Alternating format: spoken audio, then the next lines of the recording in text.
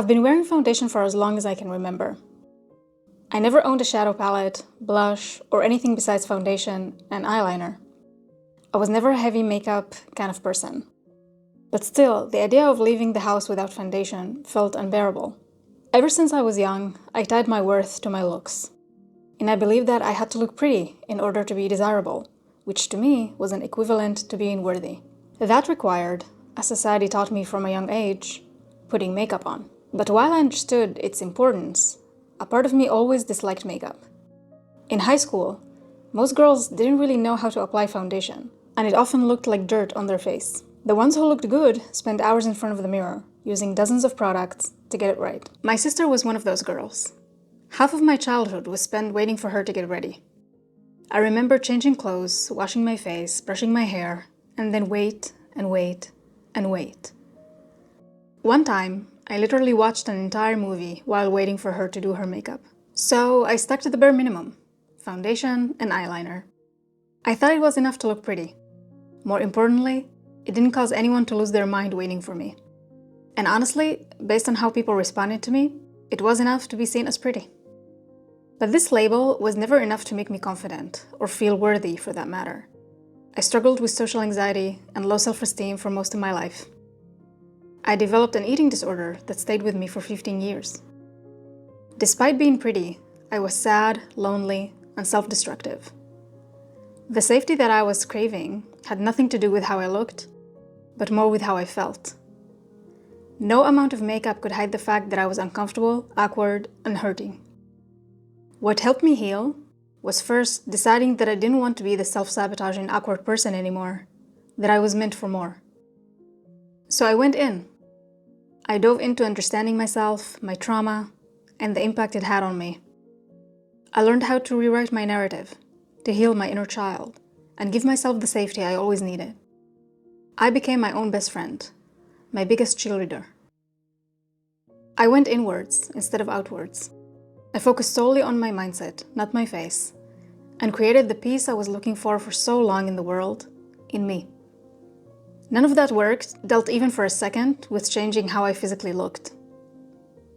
Still, I didn't give up foundation. It was like second skin, a shield I wasn't ready to put down.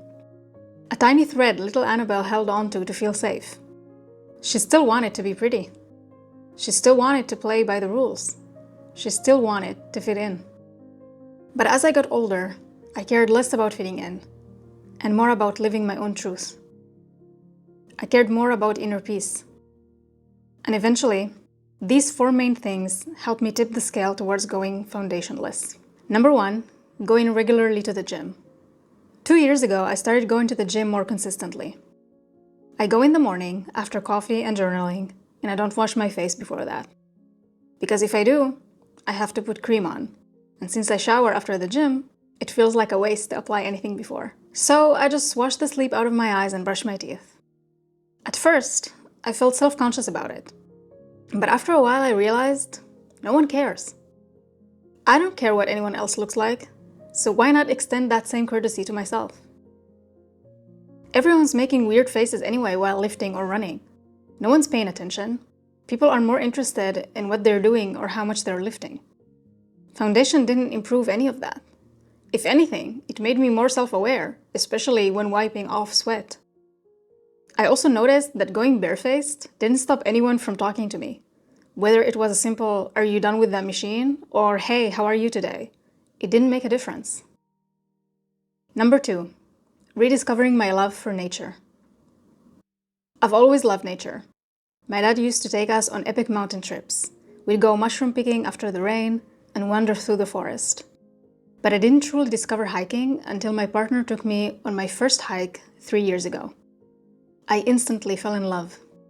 I remember on that first trip how much I disliked the fact that I needed to get up a bit earlier so I'd have time to apply my foundation and eyeliner, only to wipe it off 2 hours later as I was sweating on my way up the mountain. It felt like a waste of product, and I also felt dirty knowing that I had sweaty foundation on my face.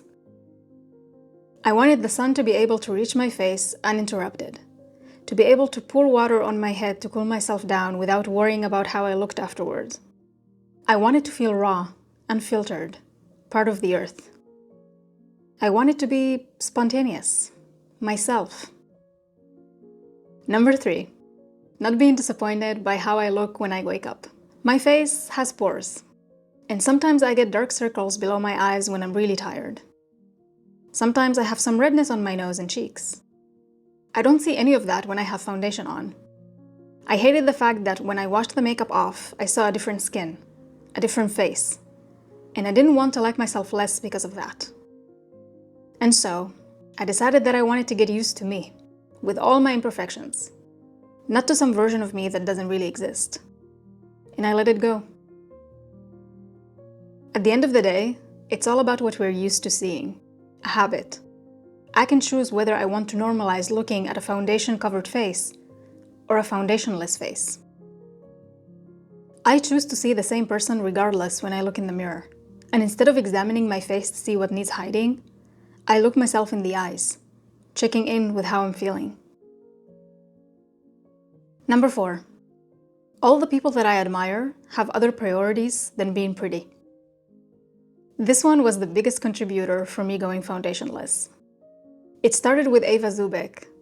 I followed her on YouTube and always admired how she didn't follow society's rules. She was open about not wanting kids, not shaving her armpits, and not wearing makeup. She looked raw, real, free. While I'm not jumping on the armpit thing anytime soon, I thought her face looked beautiful, clean, like a real person. And I figured, if someone with over 1 million subscribers can show up barefaced, so can I. Aside from Ava, every single person who inspired me or I thought of as a role model, I did so because of their personality, how they made me feel, not their looks. Brené Brown, Elizabeth Gilbert, Rich Roll, Lori Gottlieb, to name a few. And the thought always lived in the back of my mind, that at the end of the day, my looks will not matter. It's how I show up in the world, the person I'm being, the memories I'm making, how my work makes other people feel. That's the thing that matters most, at least to me. Beauty is out of my control. I know I was blessed with good skin, thank you, Grandma, and nice features. But it's a lottery thing, really. It's not something that I did or created. It's not something that does good in the world. It does good to me sometimes, because let's face it, the world is kinder to people who are more nice-looking than not. It's sad but true. I'm not gonna pretend that this isn't so. But in terms of my happiness, my well-being, my sense of peace, the way I carry myself in the world, the decisions I make, it did very little to me. On the contrary, my obsession with looking pretty and skinny led me to an eating disorder that kept me small and healthy and unhappy for most of my life. Now, don't get me wrong, I do care about how I look. I still look in the mirror to check my hair. I care that I'm put together, that I look clean and comfortable. I care to have muscles, not so I can flex in front of the mirror, but to age gracefully. I care to have a healthy diet and eat as much real, unprocessed food as I can.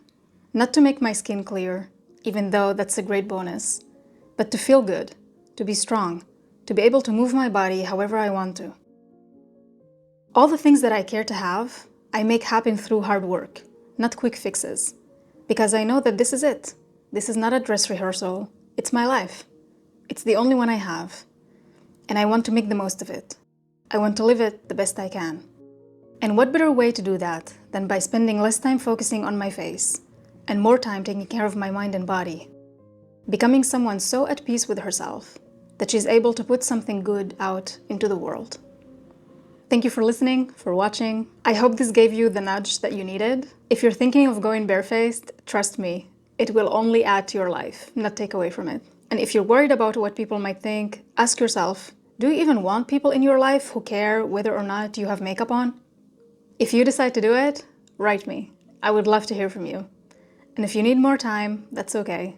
No one has the right to control your timeline but you. Love always, Annabelle.